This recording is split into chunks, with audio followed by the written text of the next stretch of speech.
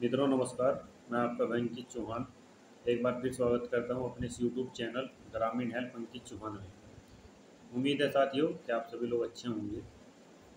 दोस्तों, सूचना का अधिकार अधिनियम 2005 की धारा 6 के तहत जब भी कोई भी नागरिक कोई सूचना मांगता है, कोई आवेदन करता है किसी भी जन सूचना अधिकारी कार्यालय में, तो दोस्तों देखा ये गया है कि समय पर सूचना नहीं दी जाती है।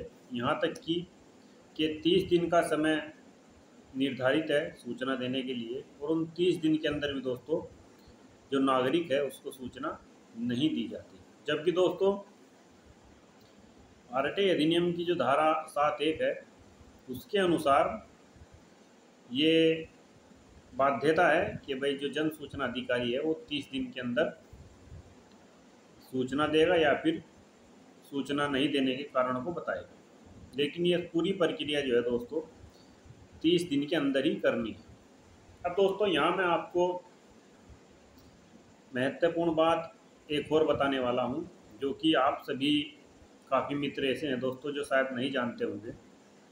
और दोस्तों यदि आप एक आरटीआई कार्यकर्ता है और आप आरटीआई फाइल लगातार करते रहते हैं, तो आपको एक बात जाननी दोस्तों बहुत ज़रूरी है। क्योंकि स्टेट इंफॉर्मेशन कमीशन में आप किसी भी राज्य के ले लीजिए, जो स्थिति अपीलों की है और किस तरह से वहाँ निस्तारण किया जा रहा है, किस तरह से उनका निपटारा किया जा रहा है, तो वो बड़ा दोस्तों सोचने वाला विषय है। और काफ़ी सारी कई जगह तो दोस्तों उत्तराखंड में सीट खाली है और जो है किसी की नियुक्ति नहीं की गई है, तो उस वजह से भी जो है दोस्तों काम में काफ़ी जो है देरी हो जाती है। देखिए दोस्तों, मान लीजिए आपने कोई सूचना मांगी है और आपको सूचना 30 दिन के अंदर नहीं दी गई है, या फिर दोस्तों आपको सूचना दी गई है तो फिर आप उससे अतीत है या फिर आप उससे संतुष्ट नहीं है, या फिर आपको सूचना दोस्तों गलत दे दी गई है।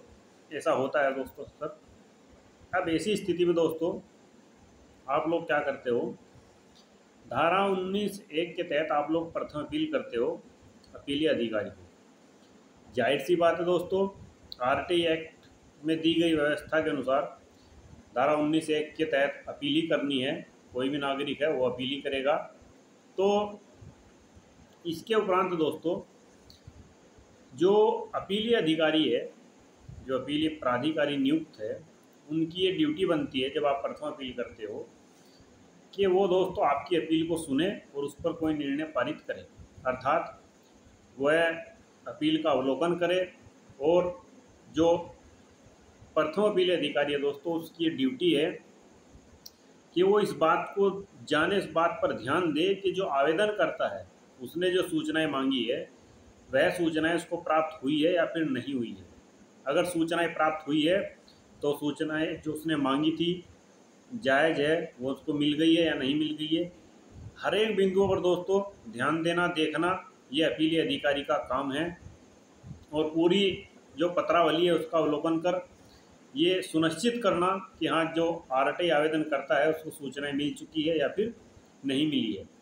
इन्हीं सब बातों पर दोस्तों जो अपीलीय अधिकारी है उसको चर्चा करनी होती है। उसको एक तारीख जो है, आपने देखा होगा दोस्तों नोटिस आते हैं कई बार, अपीलीय अधिकारी नोटिस भेजता है कि भाई आप अपनी बात इस दिनांक को आकर हमारे कार्यालय में कहिए। तो मित्रों होता क्या है कई बार कि आपने सूचना मांगी, उसके बाद आपने धारा 19(1) के तहत प्रथम अपील भी की, लेकिन बावजूद दोस्तों आपको इसकी सूचना नहीं मिली, ना ही आपकी कोई अपीलीय अधिकारी ने आपकी कोई सुनवाई की।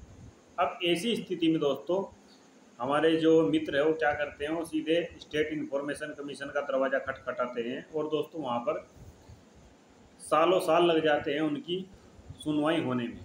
दोस्तों यहाँ एक टेक्निकली बात ये मैं आपको बताना चाहता हूँ, जो बात इम्पोर्टेंट है वो ये है कि आप किसी भी केस में दोस्तों अपील आप वहाँ करेंगे जहाँ किसी आपके केस में कोई निर्णय पारित हुआ हो दोस्तों, या फिर कोई आपकी अपील पर सुनवाई हुई हो। मान लीजिए धारा 19(1) के तहत आप प्रथम अपील करते हैं दोस्तों, यदि अपीलीय अधिकारी ने आपकी अपील को सुना ही नहीं है दोस्तों, उस पर कोई निर्णय पारित नहीं किया, कोई आपको दस्तावेज नहीं दिलवाया, कोई नोटिस नहीं आपको मिला, कुछ नहीं आपको दोस्तों दिया गया, और आप इसके बाद जो है दोस्तों आप सेकंड अपील कर रहे हो धारा 19(3) के तहत आयोग में, तो दोस्तों यहाँ पर ये ध्यान देने वाली बात है, आयोग ये कह सकता है कि भाई अपीली अधिकारी ने तो आपकी कोई सुनवाई की ही नहीं। लेकिन उस बात को दोस्तों अगर आप साइड में भी रखें तो मेरा जो कहना है वो ये है कि आप यदि इस तरह के प्रकरण को लेकर दोस्तों एफआईआर का अगर रूप दो, यानी कि मैं सीधे सीधे ये कहना चाहूँगा दोस्तों कि आप इस तरह के प्रकरण में एफआईआर को दर्ज कराइए। वो इसलिए दोस्तों कि भाई जन सूचना अधिकारी ने धारा 7(1) के अनुसार आपको 30 दिन के अंदर सूचना नहीं दी और धारा 7(2) का उल्लंघन कर दिया है। और रहा सवाल अब अपीली अधिकारी का, तो अपीली अधिकारी ने भी आपकी कोई अपील नहीं सुनी, कोई आपकी मदद नहीं की, आपका दोस्तों टाइम बर्बाद किया। तो इसीलिए दोस्तों कानून ये कहता है कि अपीली अधिकारी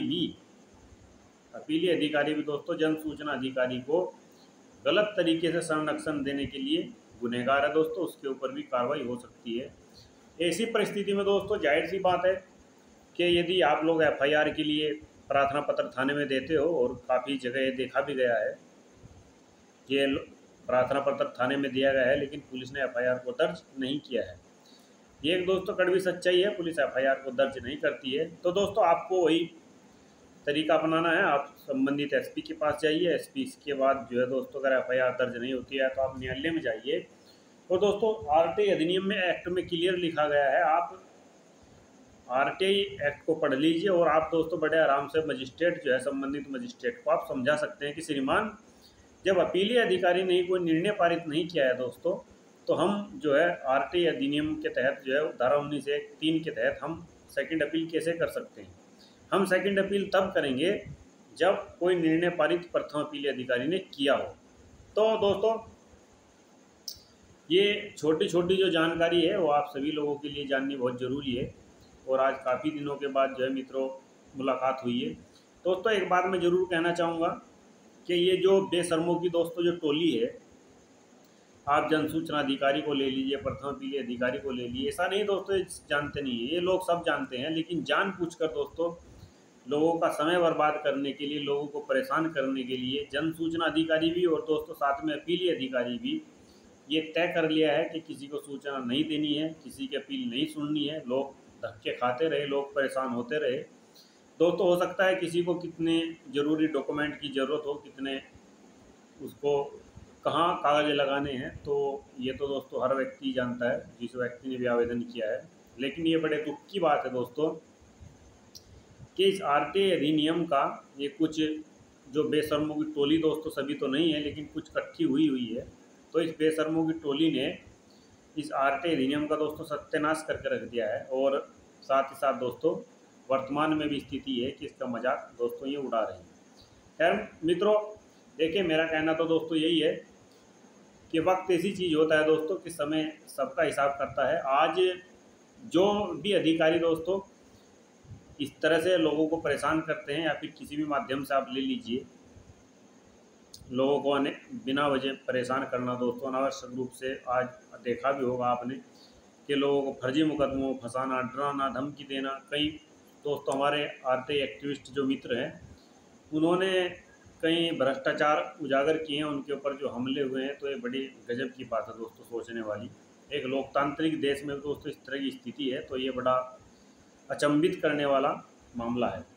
लेकिन मित्रों समय सभी से पूछेगा और जब दोस्तों पूछताछ होगी तो इनके पास क्या जवाब होगा और क्या जवाब ये लोग देंगे तो वो तो यही सब जानते होंगे। लेकिन मित्रों यदि आप आज के परिप्रेक्ष्य में एक लोक सेवक होते हुए शायद आपको ये उचित लगे कि हाँ हम जो कर रहे हैं वो सही है, लेकिन दोस्तों जिस दिन ये कुर्सी पर आप जो अधिकारी इस तरह के हैं जो नहीं रहेंगे कुर्सी पर 60 साल के बाद, तब उनको जो है कुछ आंखों पे से दोस्तों जो इनका एक ज्ञान चक्षु का जो चश्मा लगा हुआ है ये उतरेगा, तो तब इनको थोड़ा पता चलेगा कि लोगों को जो है परेशान कैसे किया जाता है। और आज जब हम भी एक आम नागरिक की दोस्तों जब ज़िंदगी वो जीते हैं तब उनको पता चलता है कि हाँ वास्तव में जो है एक आम नागरिक की जो अहमियत है वो क्या होती है।